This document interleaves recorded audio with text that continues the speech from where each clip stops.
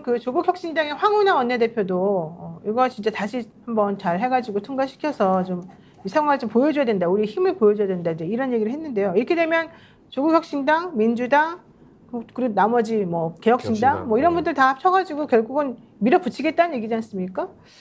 이렇게 되면 저는 3분의 대통령 거부권 행사하더라도 통과될 가능성이 매우 높아졌다. 높아지죠. 전술적으로 제가 말씀드리면 예. 이제 22대 국회가 내일 모레 이제 개원하지 않습니까? 그러면은 자 상임위원장 배분과 관련해서 D-Day를 저는 민주당이 정하고 던져야 된다고 봅니다. 아, 디데이. 국회법으로는 6월 7일까지죠. 6월 7일까지니까 그거 안 되면 그냥 끝이다라고 해서 국회의장이 한다 만다가 아니고 자 할 것 같으면 테이블에 나와서 법사위원장 우리하고 운영위원장 할 때 당신들 뭐 할 거냐 이거부터 해야 되는데 혹시 잘못해가 한 달 반 이렇게 해서 원구성 안 되고 뭐 양쪽 싸우고 있고 이런 상황이 되잖아요.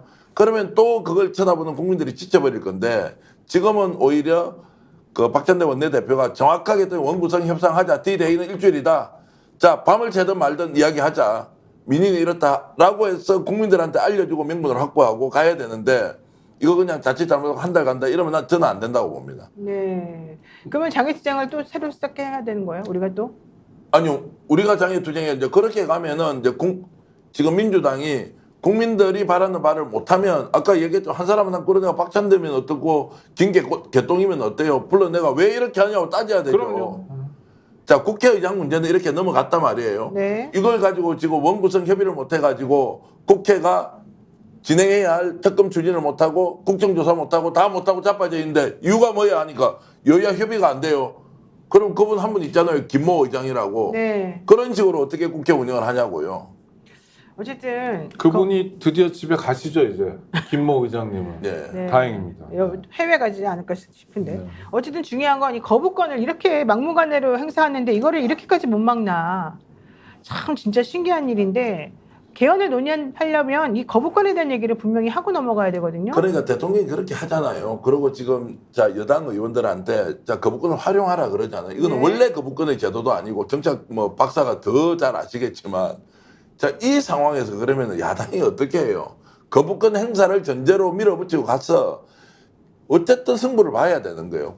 그때 민심이 어떻게 돌아가는지가 그 기준이 되는 거지 뭐 다른 게 어디 있어요. 지금은 국회가 정상화돼 있고 정치가 정상화돼 있느냐 국정 운영이 정상화돼 있느냐 아무것도 안 돼 있는데 어떻게 할 거예요. 힘으로 가서 하는 수밖에 없지. 근데 왜 개헌론을 얘기하는 사람들은 이 거부권을 좀 제한하는 방향, 특히 자기 가족과 관련된 문제에 대해서는 거부권 행사하지 못하도록 하는 그런 얘기를 하지를 않고 맨날 임기 단축만 얘기하느냐. 대통령의 거부권 우리가 보통 공부할 때 고도의 정치적 행위다 이러면서 우리가 옹호하고 막 그랬었지 않습니까? 왜냐하면 그동안에 그래도 다른 대통령들은 이렇게 자기 개인적인 이득 때문에 거부권 행사한 적이 없어요. 근데 이번에는 너무 지나치지 않습니까? 이렇게 되면은 이걸 그냥 대통령의 고도의 정치 수리니까 내버려 두자 이렇게 말하면 안 될 것 같아요. 아니 제가 그 봤을 때는. 거부권 자체는 저는 있어야 된다고 생각하는데 그러니까 왜냐하면 제한을 이게 해야죠, 제한을. 제의 요구권이잖아요. 네. 다시 한번 의논해 주세요. 그건 왜냐하면 지금 필요하죠. 법을 만들어 놓은 게 예산이 너무 많이 드는데 이거 지금 우리가 수지를 맞춰보니까 감당할 수가 없어요. 그러니까 한번 다시 살펴주세요. 네. 실제로 정부에서 지금 계산해 보니까 예산이 국회에서 생각했던 거와 달리 이렇게 많이 듭니다. 그리고 국민의 부담이 커져요. 이런 거는 저는 안전장치이기 때문에 작동돼야 된다고 봐요. 그런데 오로지 대통령 개인의 안위 또 대통령 부인의 안위를 지키기 위해서 헌법상 권한을 남용한다면 이건 반드시 우리가 새로운 안전장치를 만들어야 되고 그것은 당장 뭐 개헌만이 아니라 현실 국회에서도 저는 이 문제에 대해서는 아주 다부지게 따져야 되는 겁니다. 그러니까 이를테면 민주당 입장에서 이런 거예요. 대통령이 자 거부권을 지금 10번 행사했습니다. 근데 12번, 13번, 14번 계속 거부권 반복적으로 행사하면 우리는 대통령을 인정할 수 없습니다. 왜냐하면 이거는 국정 운영을 위한 것이 아니라 오로지 자기와 자기 부인의 안전만을 위한 것이기 때문에 라고 하면서 아주 단호한 모습 정말 현실의 대통령으로 선출됐지만 대통령으로 인정하지 않겠다 앞으로는. 그리고 우리는 우리의 시간을 갖겠다라는 단호한 태도를 민주당을 비롯한 야당이 보여줘야 된다고 생각합니다. 조국 혁신당이 선거 과정에서 했던 슬로건 많은 사람들이 동의했잖아요. 3년은 너무 길다. 그게 보여지고 있습니다. 3년이 아니라 지금 당장 우리 국민들이 모욕감을 느끼고 있고 지금 당장 우리 젊은 병사들이 죽어가고 있는 상황에서 이 법 하나 통과시키지 못하는 국가 시스템입니다. 저는요, 이 거부권을 제가 만약에 입법을 할 수 있는 국회의원이라면 이렇게 바꿀 것 같아요. 거부권 당연히 필요하죠. 헌법상 당연히 있는 걸 뭐라고 하는 게 아닌데 지금 자기의 개인적인 이득과 관련된 부분에서 지나치게 계속해서 방어적으로 모든 것들을 못하게 막아서는 게 문제잖아요. 방패로.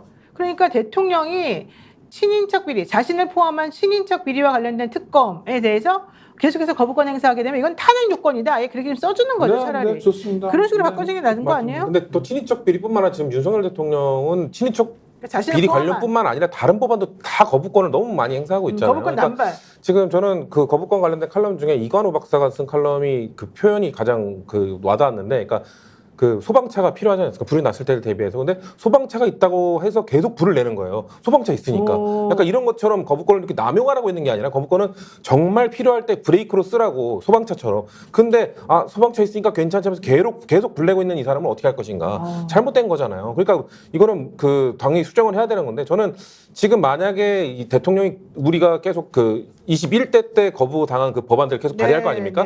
그런 것들 계속 법안 거부하고 뭐 전세사기 특별법도 거부한다고 계속 거부해 가면은 이제 저는 그 이름 이승만을 향해 가고 있다, 이걸 해도 된다고 생각해요. 이승만 대통령이 역대 대통령 사실 너무 많아서 비교도 안 됐어요. 이승만 대통령이 거부권을 45회 했었거든요. 그때는 정당 정치가 아예 자리 잡지 못했던 시기라서, 그리고 이승만 대통령이 그냥 맘대로 하던 시기잖아요. 그때는 이승만이 어느 정도로 맘대로 했냐면 거부권을 행사했다가 재의결돼서 올라온 법안, 그때 지방자치 처음 시작하려고 했을 때 네. 그냥 재의결해서 올라온 법안은 그냥 폐기시켰어요. 맞아요. 그러니까 지금 제가 말이 안 되는 건데, 그 정도로 아나 무인식 국정 운영을 했던 이승만도 45회인데 저는 이대로 그냥 가다 보면 노태우는 이미 넘었지 않습니까? 7회? 그러면은 이제 건국 이래 최다의 거부권 행사한 대통령까지 갈 수도 있다. 그 컨셉을 잡는다는 건 좀 표현이 이상하지만 지금 윤석열 대통령이 자기가 그 대통령을 향해 가겠다고 하고 있으니까 우리 그냥 지금, 왜냐면 여당이 지금 협의를 안 하잖아요. 대안도 제시하지 않잖아요. 그러면은 우리가 다수의 힘으로 밀어붙이는 게 아니라 저들이 협상에 여지가 없으니까 통과시키는 거다. 그럼 대통령 거부권 이게 쌓여가다 보면 아까 사무총장이 말한 것처럼 무슨 대통령을 우리가 인정하지 않겠다고 말할 필요도 없습니다. 국민들이 아니 거부권을 뭐 수십 회 40회까지 하는 사람이 대통령인가? 라는 알아서 국민들께서 반응하실 것이기 때문에 그냥 우리가 하는 거에 대해서 국민이 원하는 법안 계속 통과시키면서 대통령이 뭐 그럼 저쪽에서 또 공격하겠죠. 무슨 뭐 탄핵 마일리지 쌓는 거 아니냐? 아니 저희가 쌓았습니까? 대통령이 쌓았지. 그러니까 우리가 할 일을 하면 됩니다. 그냥 22대 우리가 주어진 권한 갖고 할 일을 그냥 차곡차곡 하면은 자연스럽게 저는 이어질 거라고 생각합니다. 이름 없음님이 축구 선수 교체권도 횟수 제한이 있는데 거부권도 연중 횟수 제한을 둬야 됩니다. 말씀하셨는데 좀 동의가 되네요. 전평론가님, 예.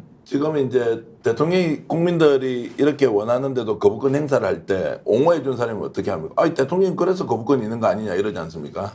제가 그 얘기를 들으면서 들었던 생각이, 아, 이 사람들은 자신에게 주어진 권한이 일종의 만능이구나. 그러니까 모든 저 열쇠, 그러니까 잠겨 있는 거 다 열 수 있는 만능키처럼 생각하는 이 구조에서 벗어나지 않고서는 정치도 제대로 되지 않고 이 사람들이 결국에는 파멸의 길로 갈 수밖에 없다. 네. 스픽스는 말하는 언론입니다. 대세는 유튜브, 그중에서 스픽스.